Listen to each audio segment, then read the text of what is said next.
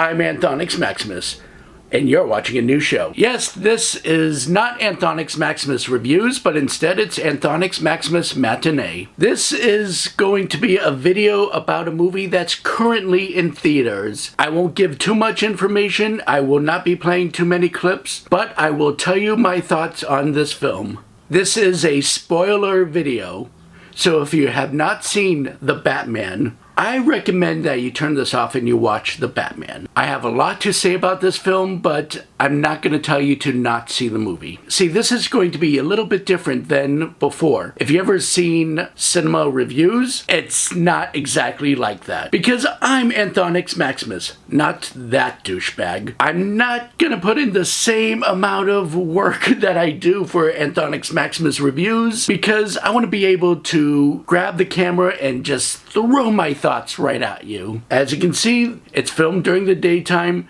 but it may not always be during the daytime. Sometimes it could be various times. It could be different locations. It could even be on a different camera. But I will tell you, as I'm pulling back the curtain a little bit, things that you see in the background might be a hint to the next Anthonix Maximus Reviews video. The Lord Zed helmet, on the other hand, well, that's just for funsies. Very expensive. But for funsies. Just get to the point already, Anthonix. Alright. Yeah, so I went to see The Batman, and I saw it on Thursday night, and I didn't make a video of it right away because that's not how I operate when it comes to new movies. When it comes to new movies, I need some time to mull it over. People were asking me what I thought of it. I couldn't give them a direct answer because I needed to process this. Not to mention, I saw the movie at 10 p.m. I got out at 1 a.m. So I have to factor in that I might have been tired when I saw it. That's why I need the time to think it over. And I've had a couple days to think about it. And yes, because I'm filming during the daytime, you might hear some outside elements. So my thoughts on The Batman is, it's good.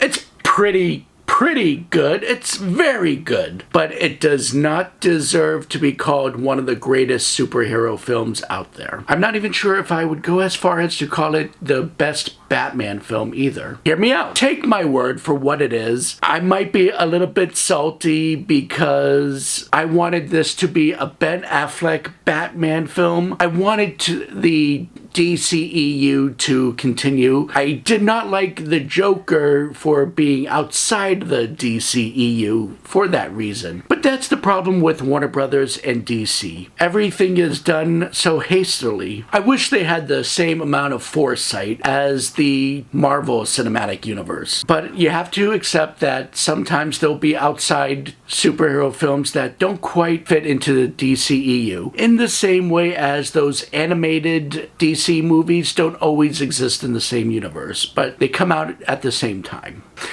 Gotta love those neighborhood dogs.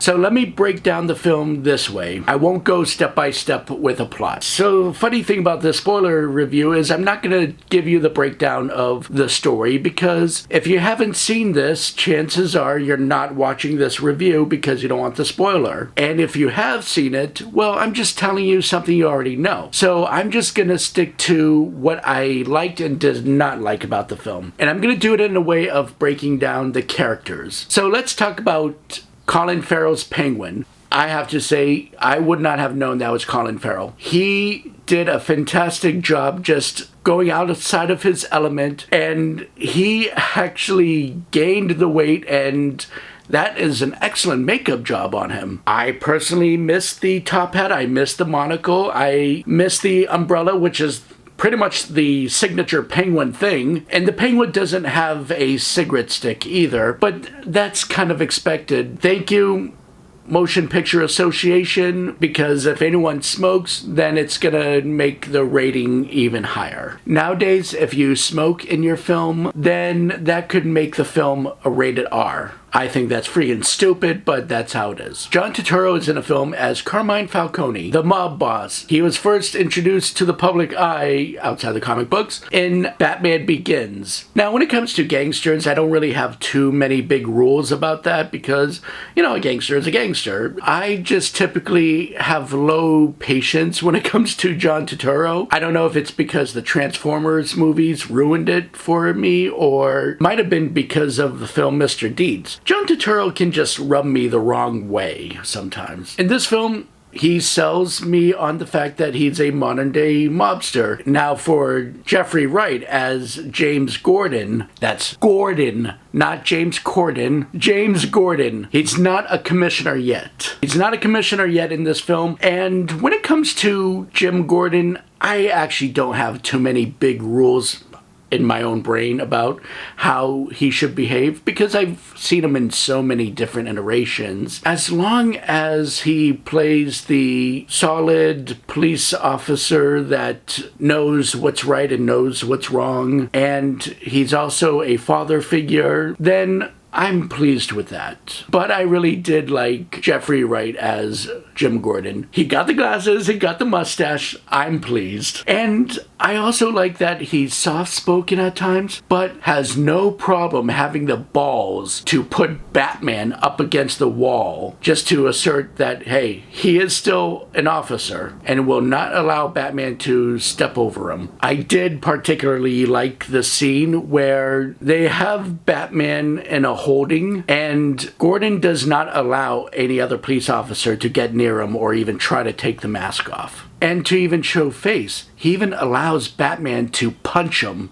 and knock him out so Batman can escape. And I really do appreciate any time that Gordon is hands-on in the police force. Something I wish they did with Jim Gordon in this film was give him a backstory. We know nothing about his personal life. In Batman Year One, or many of the Batman comics, we learn about his family life and how he struggles between being a father and a husband and his life as a police officer. We could have used more of that. Then we get to Alfred, Andy Serkis.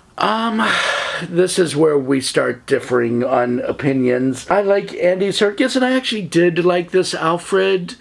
I love that he's proactive. I love that he really tries to talk Bruce out of being Batman, but at the same time, he also gets a head start on trying to solve the Riddler's riddles. And I think that's just fantastic. And I know they try to push the "you're not my father" thing that they pushed in Spider-Man, except for here I just felt it was just too forced this early on in the film. And that's why when he was part of that explosion, when this happened, I just did not feel bad about it. Like, I felt like, yeah, Alfred did help on the puzzles and the riddles, but he also could have not been in the film, and it probably would have been just about the same. Again, nothing against Andy Serkis, and I do like this Alfred, but you know, I think I actually am missing the softer Alfred that we used to have with the Burton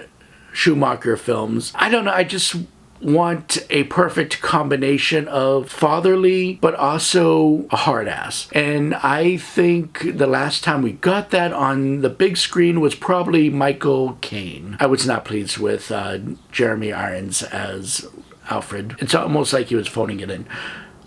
I guess I will also say I did like the Alfred in the TV show Gotham, but Michael Caine is probably the perfect example of a combination of fatherly and military experience. And now that leads us to Catwoman, Selina Kyle. Zoe Kravitz did a remarkable job, and I knew she would. Her mother is Denise Huxtable, and her father is Lenny Kravitz, and her stepdad is Aquaman. Yes, I know. It's Lisa Monet, Lenny Kravitz, and Jason Momoa, but just let me have my thing, alright? I've been very generous in the past about my Catwoman, who I thought were good Catwoman, and I do still think all Catwomen are good in their own representations. Oh my god, the planes. I'm very generous with my Catwoman, except for looking back, I would say Anne Hathaway's Catwoman is just, she could have been anybody. It didn't have to be a Catwoman. But with Zoe Kravitz, she captured Catwoman from all angles, because this movie is supposed to be like Batman Year One, even though it also is Batman Year Two. And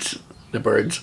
And then it also includes the long Halloween and a little bit of Hush, like I guessed. Selina Kyle looking for her friend who is kind of like her roommate or a woman that she allowed to stay with her. She has a very noble mission. But I also bought the chemistry that this Catwoman had with Batman. Very seductive, but it wasn't equal footing. I felt like she kind of had a bit of an upper hand on Batman because she didn't allow Batman to call all the shots. It didn't end with a happy ending of her and Batman together. They separated in different ways, but the way they did it with the motorcycles of them riding together and then splitting off on their own path, that's just cinematic symbolism. One of the few right things that Matt Reeves did in this. Sorry, I'm still salty with Matt Reeves and him not getting along with Ben Affleck and throwing out Ben Affleck's script so he can have his own script. I really like the twist that her father was Carmine Falcone. It was a nice twist. I really appreciated the fact that Catwoman had an arc as well. She wanted blood, and Batman talked her out of it. She didn't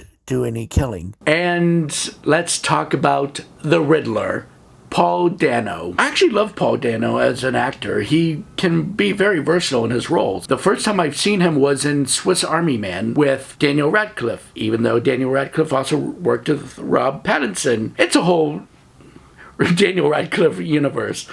Anyways, Paul Dano's Riddler, I was skeptical because I really did not want a Zodiac killer Riddler. My mind is weird about these things. I like my Batman to be grounded. I like my Batman to have real dramas, real effects in life. And yet, on the other side of me wanting Batman to be dark, I also want Batman's villains to be somewhat flamboyant. They don't have to be over the top like the 1960s, but they have to be a little bit different from Batman, right? So Paul Dano, though, he does kind of play the Riddler a little bit of a whimsical way, slightly. Still done as a serial killer. He does make little jokes, so I'm fine with it. I just hate the outfit. That's all. He does get captured at the end. He's put in Arkham. And I like to think now that he's been exposed that he can actually grow into the Riddler that I want. That's just wishful thinking. But no, I really did like this Riddler. And I really did feel like he did all the jigsaw type of traps that he needed to do. He was clear in his mission. When he's not the Riddler, he looks like the guy that could be your next door neighbor who you don't know is a serial killer until one day you're turning the news on and there he is. He kind of reminds me of the bad guy from Lovely Bones. Now, I want to get to Batman himself, but first I want to talk about the Batmobile. The Batmobile in this film is basically a muscle car with a turbine engine,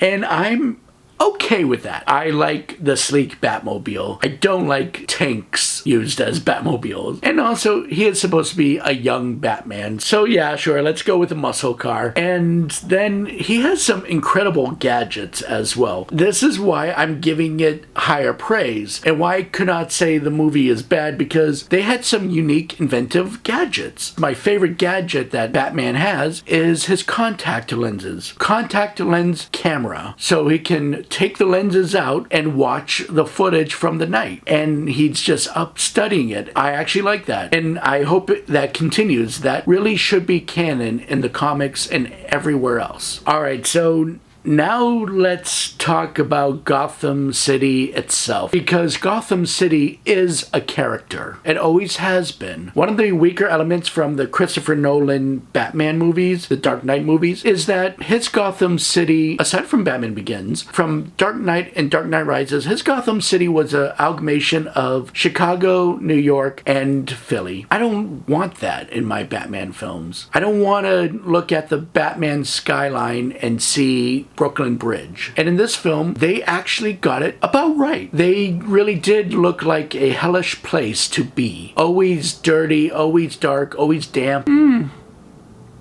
Hey, let's film this right in the middle of peak hour of all the planes flying over. That's a great idea. I really did believe it was Gotham. Of course, I'll always say the Tim Burton Batman movies have the best Gotham just because I love the architecture. I love the stone gargoyles, but this is a very good Gotham City. And it was also cute that Catwoman mentioned that she's going to go off to Bloodhaven. That's where Nightwing ends up. So let's see, I captured the characters. Now let me get into the plot. The plot is actually pretty much cut and dry. It's kind of like your typical Batman adventure, and it does go along. I don't think the film should have been almost 3 hours. There's no reason for it. I'm okay with slow pacing, but then they just kind of tend to repeat themselves on many things. And it's like, how many times is Batman gonna go to the club, leave the club, then come back to the club? Although I do like that the guys opening the doors at the club are these twins, and they're actually played by Max and Charlie Carver, Teen Wolf. And they kind of reminded me of the redheaded twins from Batman the Animated Series, the Two-Face two-parter. In spite of everything, it's not so much Batman versus Riddler as much as Batman trying to break down corruption. The Riddler does play a part because he's trying to stop the corruption himself, and it's done because he has a hatred towards the Waynes for not coming through on their promise to help out his orphanage. And I really did like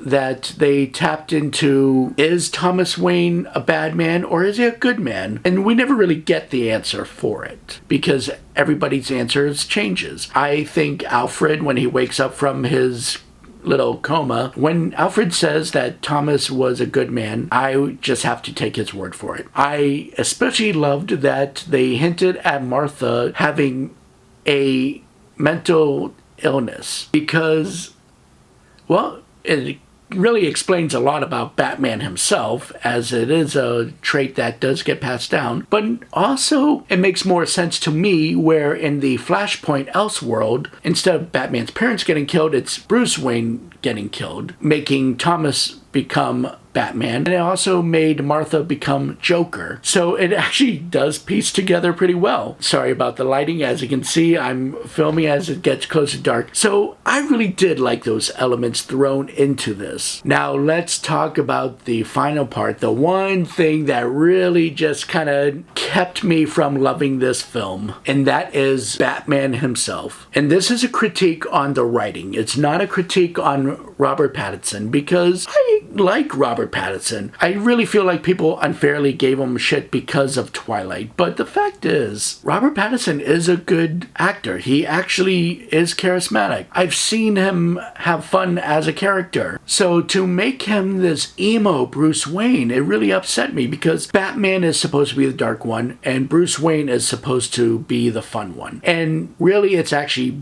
always Batman. Yes, I recognize that. Bruce Wayne, when he's Bruce Wayne, it's really Batman putting on a facade to be the billionaire playboy philanthropist who is generous, helps out the city, but also a womanizing partier as well. Not that Batman wants to be that, but he has to be that because he has to throw the people off. And they don't do that in this film. They made it where you can't separate the difference from Bruce Wayne or Batman. Even when he's showing up at a funeral as the prestigious Prince of Gotham, Bruce Wayne himself, he still has an emo haircut. Like, he couldn't even bother to throw himself together to attend the mayor's funeral. But when he's Batman, he's great. It's a warning.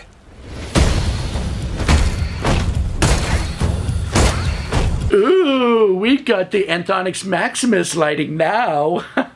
So basically, yeah, when he's Batman, he's great, but also he doesn't really do anything that much different from any other Batman I've seen. I mean, anyone can be a good Batman if the writing calls for him to shout. He shouts. If the writing calls for him to be a good fighter, he's a good fighter, but a lot of it is because of good editing. But what makes him good as Batman and why I say he should be Batman again if given the chance is because he knows how to carry a relationship with the people around him. He carries that relationship with Catwoman the way he's supposed to. He treats Jim Gordon with such respect, and you see that in his performance. I just really hate the writing of Bruce Wayne and Batman. The writer really needed to separate the two. And another thing that will actually lower my like for this film is the ending. Up until Riddler was captured, it was moving along pretty well. I loved the changes. I loved the pace. It's long, but I still liked the pace. But then suddenly we get to the end when Riddler is captured, and there's just more to it. There's a whole cataclysmic explosion with a flood, Gotham being destroyed, and it just starts to turn into The Dark Knight Rises again. Just because it's a movie, it doesn't mean that it has to be so cataclysmic. It doesn't have to be a huge catastrophe. But it does open up for no man's land, so fine, I can live with that. The climax battle was kind of underwhelming too. First of all, if there's a giant flood, you should not be going into one building that seems to actually go downward rather than upward. Like it's a flood, you want to look for higher ground, right? And having just random internet neckbeards being part of the Riddler's army and Batman just fighting a bunch of different Riddlers. I get what they were going for. They were trying to make a message about being a hero, of how Batman saves the people as there's debris on top of them, and it gives them hope that Batman can be good. So this film actually is less about fighting and more about an idea. It teaches the ambiance of different points of views, even political. For the most part, I actually did like that. I really did. I think it might have been a little bit hammer on the head, a little bit too much like what Nolan was trying to push in his films, but the idea is always there. The overall message is if you have the power, then it's your responsibility to help out others. Kind of like Uncle Ben's, with great power comes great responsibility. And of course we have the Joker cameo, and he's played by Barry Keoghan. I'm sorry if I butchered the name. He's the guy from Eternals. Great actor. And I imagine he'll be a great Joker if there's a sequel. I did like him much better than, I'm gonna say this, I liked him much better than the Joker we got in The Joker. I don't care for that movie as much as other people do. So overall, I am gonna say the film was very good. Not super great. I would say this film is about 8 out of 10. Closer to 7 than it is to 9. Only because it really doesn't introduce too much of Batman that we haven't seen already. And yeah, all the arguments I've made about Batman being impossible to separate Bruce Wayne and Batman is people will say it's because, oh, it's year 2. But you can't give me that, because in the Nolan films, Christian Bale was good at separating the two as well. Again, it's the writer's fault, not the actor's fault. And quite frankly, I'm getting tired of seeing Batman adjust to things. Also, real quick, the Batcave. Can we just have a regular Batcave, not be some other underground thing like in this film, an abandoned Grand Central looking place? And not only I want a Batcave, I want a Batcave that has souvenirs that Batman's collected, like a giant T-Rex or like a giant Two-Face coin. I hope in the future films this Batman collects those things. And I'm not telling anyone to not see it. If you love the film, great. Mazel tov. I'm happy for you. I really am. I just think it could have done better. And I certainly would never call it the best Batman film out there. It's up there, but I wouldn't say it's the best. It almost reaches to the point where it could be, but somehow it just falls short. Anyways, that's all I have to say. I wanted to throw this together real quick because on Twitter I said there would be 2 films released this week, but I'm still editing the other Batman film that I'm reviewing. It's very meaty. It has a lot. So I wanted to throw this review out there for you. Just for you. I'm Anthonix Maximus. Thank you for watching. I hope you like this video. And please like, subscribe, share, ring the bell. You know the routine. And I'm gonna go fill up my bucket and cup.